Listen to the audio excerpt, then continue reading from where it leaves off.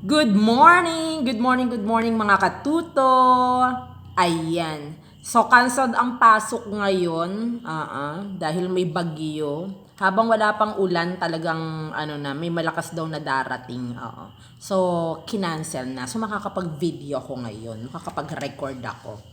So, maraming salamat sa mga nagso-subscribe tsaka sa mga iba pa nga habol sa pag-subscribe. Oo. So, bali, nakakatuwa kasi talaga namang dumarami na po tayong mga katuto. Ayan. So, ayan, hindi porkit walang pasok hindi tayo mag-aaral. Meron po yan, matik po, ADM, mag-alternative delivery mode po tayo. Tapos, kung wala po kayong mga load, oo, na para dyan sa Messenger, Facebook, tsaka mga iba pang YouTube, ganyan, meron po naman tayong pang text-text tsaka na lang. Yung ganyang text na lang. So, o kaya yung makihiram, oo, makihiram sa kapitbahay, sa mga kaklasing malapit sa inyo, sa nanay nyo, ganun. Huwag maging dahilan na wala po kasi kung gadget, wala kasi kaming load o ganyan para hindi makagawa ng mga assignments. So, yun po yun ha. Ngayon, mga katuto, yan yung mga kabataan, tas yung mga nanay, tatay, pahiramin po ha. Okay, kung may pasok naman po kayo, syempre kayo ang makaka-receive ng mga ng mga teacher, mga text, mga sinesend na mga activities. Pag uwi ng bahay, pakisabi na lang po sa inyong mga anakis. Ayun. Kasi may na-encounter ako dati, opo, na hindi makapaggawa ng assignment ang bata kasi ang tatay ay nag-EML. Opo, wag naman pong ganun ha. Ma'am, hindi po, I don't know kung dinahilan yan lang na yung bata yun. Pero yun nga ang sinabi niya, nag-EML daw si tatay niya kaya hindi siya nakagawa ng ADM activities. So wag po ganun ha. So bakit ko ba na nasasabi yon? Kasi nga hindi po dapat na maging dahilan ang ating kahirapan para magtagumpay.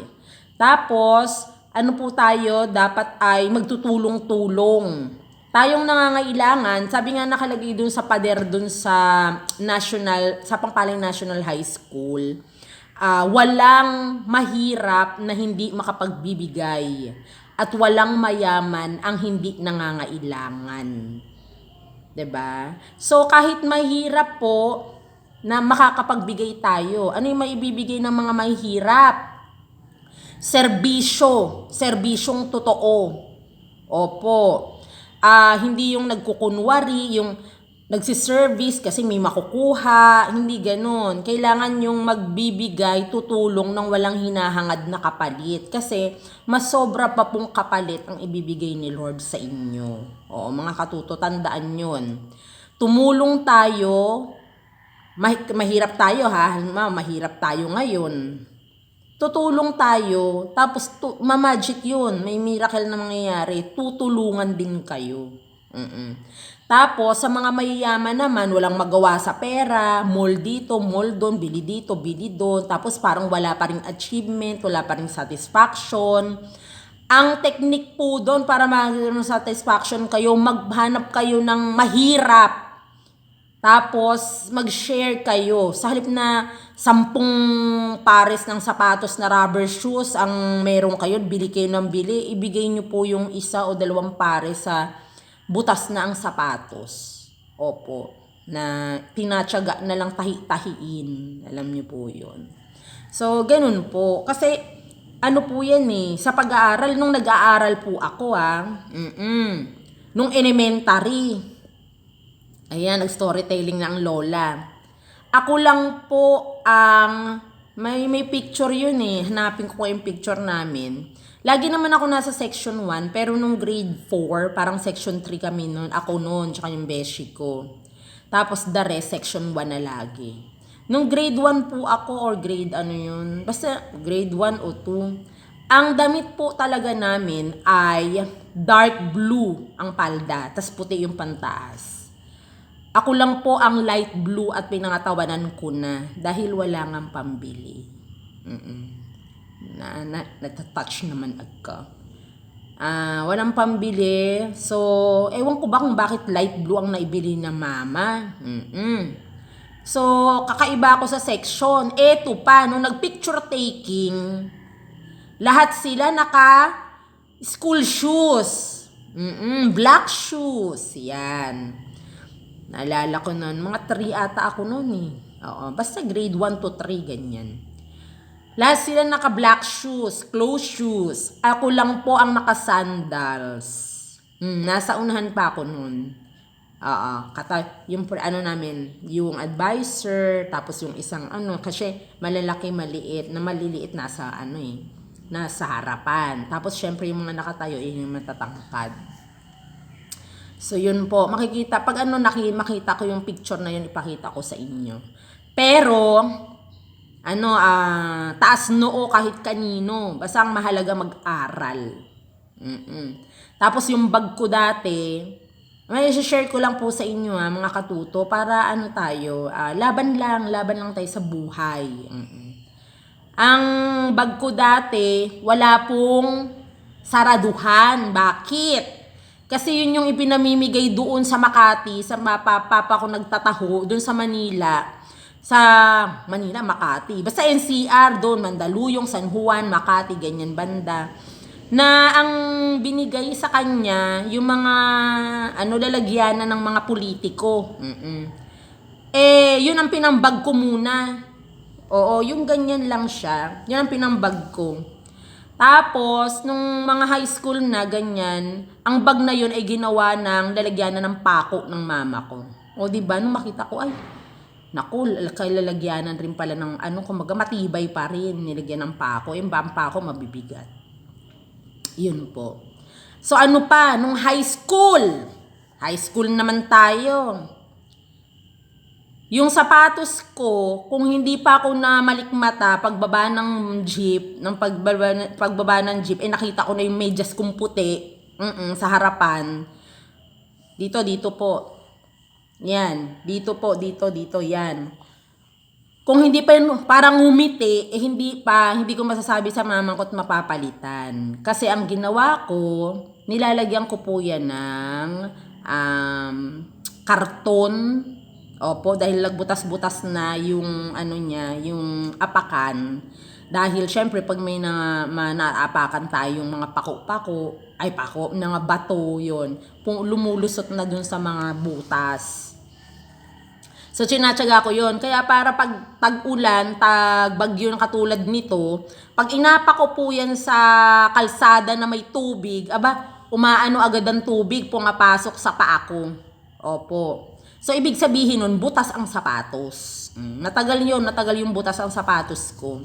Tapos kung kailan nga lang ngumiti, tapos nakita ko yung sapatos, yung medyas, saka ko nalang pinalitan. Kahit nga ngayong teacher na ako, nagpapasok sa DepEd, ganun din eh.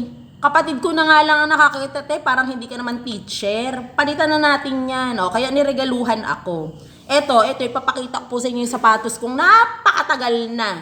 Rusty Lopez to, matibay po talaga ang Rusty Lopez. Ito po. Rusty, Becky naman. Ito. Dala-dala ko kasi nga umuulan, so may kapalitan, may bota pa nga akong binili, bota ng magsasaka. Kasi may allergy. Alam niyo yung allergy sa English allergies, in Tagalog, galis. May history din yun. Eto po, ayan na yung sapatos ko. Tingnan nyo naman, yung loob, talaga namang wasak-wasak na. Tapos eto, ganyan-ganyan na. Pero napakatibay po nito. Sabi nga, inano ko nga ito nakatahi na po yan Ayan, natahi. At yun po, pansin nyo, butas-butas na po yan. May mga na, kaya pag naglalakad ako, tumutulog-tulog na yan. Oo. Sabi ng kapatid ko, Bente, ang tagal na yan palitan mo na. Ayan Rusty Lopez. Rusty po yan yan. Ngayon, niregaluhan ako ng kapatid ko. Ito yung sapatos na bago. Ayan, regalo niya sa akin. Bagong-bago, 'di ba? Ewan ko nga ano tatak nito. Meron naman, Parisian. Ayan, Parisian. So, ganun. Parang kasi hindi ko maibili, tapos na ibibigay ko sa mga nangangailangan, yung mga nagsusukatae, mga ganun. Tapos yung mga walang makain, ewan ko ba masyado kung natatouch sa mga batang ganun. Yung sa halip na makabili ko ng sarili ko, na ganyan. Kaya, ang nakakatawa, nireregaluhan na lang ako. O yan, shout out, Ani, Puerto Frane, and Ronel, maraming salamat sa regalo. Ayun. Tapos, yun nga, yung bag ko. Yung mga bag ko galing Divisoria na wawakwak na pag nakikita ng aking mga kasamahan. Naku! Sa simbahan, binibigyan ako nila ate ko, bully, hello ate. Ayan, nareregaluhan ako. Yung regalo sa kanya, inireregalo sa akin, ibinibigay. Kaya ang gaganda ng mga bag ko. Tapos, si nanay na biyanan ko, nanay ni Ado, binibigyan din ako ng mga bag. Ang dami. Mabibigat kasi mga original eh. Oo, mabibigat. So, dapat pala nun may mga okasyon lang eh, no? Kasi pag nilagyan mo pa ng gamit yan pang school, nako, talaga naman. Gagano na yung balikat mo niyan. And, nung dumating yung auntie Inday ko from family nila, binigyan din from Canada, nagbakasyon dito ng ilang linggo sa Pilipinas. Binigyan din ako ng bag. O, 'di ba? Actually, sabi nga mga kasama ko, bumili ka na ng bag, ganito, ganyan. Pero hindi ko nga mabili kasi nga, mas ang priority ko tumulong. Nako, eto ang bag, ang gaganda. Look. O, 'di ba? Ito yung bag ko ngayon kasi yung isa nga yung itim na napakabigat. Ayan. So, galing po ito ng Canada. Ito po ay regalo ni Jillian, ng anak ni Ante, sa kanya. Tapos binigay niya sa akin. Pagdating niya dito from Canada nila, dalawa yung binigay na bag. O, diba? So, kasi pag titingnan ko rin sa SM, may mga 1,000 1,000 plus. Naku, hindi ko carry, diba? Hindi ko carry. Ko na lang, ipon ko na lang o i-invest. Okay, sa pagtitinda ko uli. Mga gano'n, ng bulaklak. Ayan. So, sige, until then, at mahaba na po itong kwento na ito. Basta ang neto, pinaka-gist, pinaka-buod, huwag maging dahilan ang kahirapan para kayo'y magtagumpay. Go-go lang po. Ha? Go-go lang mga katuto, mga kabataan, at mga nanay-tatay, mga guardian, go lang po sa pagtsatsaga at pagsasakripisyo para sa ating mga kabataan. At tayo mga kabataan, kayo mga kabataan, magtiis lang rin, magtiyaga. Makakamit nyo rin ang tagumpay. Okay, until then, maraming salamat. See you sa mga next videos ko. Maraming salamat. Pakishare na lang po, likes and subscribes. Bye-bye!